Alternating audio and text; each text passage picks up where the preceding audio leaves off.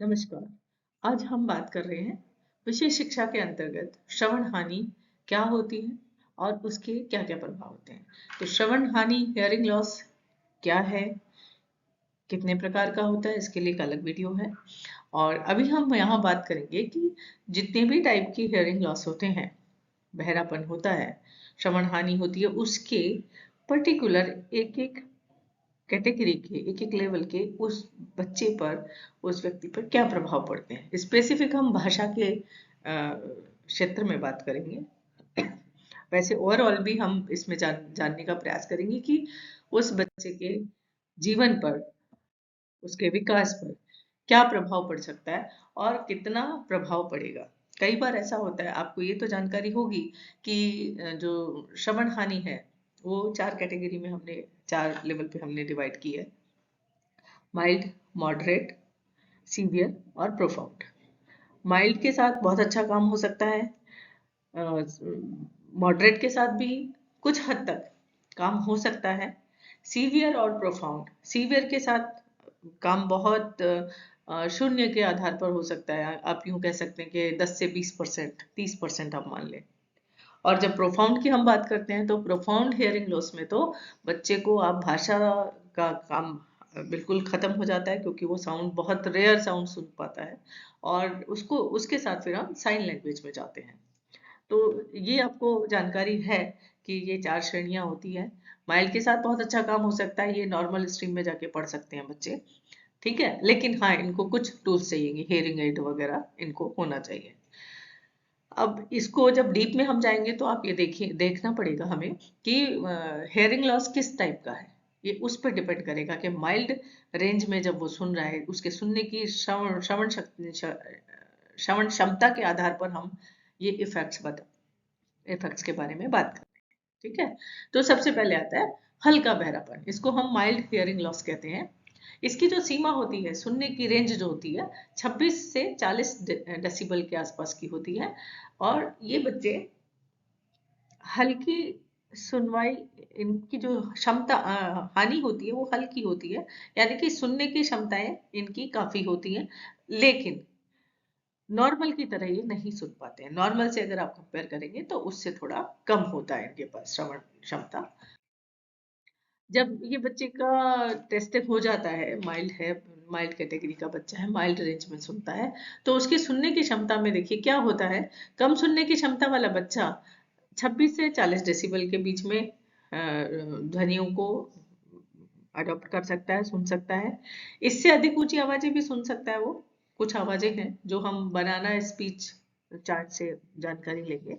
यह स्वर ध्वनियों को, जितने भी स्वर हैं इंग्लिश के और हिंदी के, उन सब के साथ साथ अधिकांश, ज्यादातर व्यंजनों को भी स्पष्ट रूप से सुन सकता है। इसलिए यहाँ पे हम कह रहे हैं, यहाँ पे मैं इसीलिए आपको बता रही हूँ कि इस बच्चे के साथ काम हो सकता है, यदि आपको इन चीजों की, भाषा की और स्पीच की और इसको कैसे हम सिखाते हैं, इन सब की जानकारी है, तो यहाँ बच्चे के साथ काम कर सकते हैं। और जब बच्चा इन चीजों को कवर कर लेगा तो आप उसको नॉर्मल स्कूल में डाल सकते हैं। दूसरा आता है कि जब माइल्ड हियरिंग लॉस है हमें, तो सुनने में कठिनाई होती है। कुछ व्यंजन होते हैं, विशेष प्रकार की ध्वनियां होती हैं जिनको ये नहीं पहचान जा सकते। व्यंजन में प, है, फ, से, जो कि एयर फ्लो से बन रहे हैं, हवा के साथ बन रहे हैं, तो इनको ये समझ में नहीं आता कि साउंड तो आ नहीं रहा, आवाज तो आ नहीं रहा, फ, फ, तो आवाज को इनको पकड़ में आ रही है, लेकिन ये जो एयर स्ट्रीम बन के आ रही है, उस प्रोसेस को ये नहीं पकड़ पाते, इसलिए उसको अपने माउथ में कॉपी नहीं कर पाएंगे, इमिटेट नहीं कर पाएंगे और ये उसको बना नहीं पाएंगे। हाँ, ये कुछ ऐसे साउंड होते हैं जो बच्चा नहीं बना। सेम वहां पे भी आप इंग्लिश में भी ले लीजिए इनको, है ना, प, फ, फ, से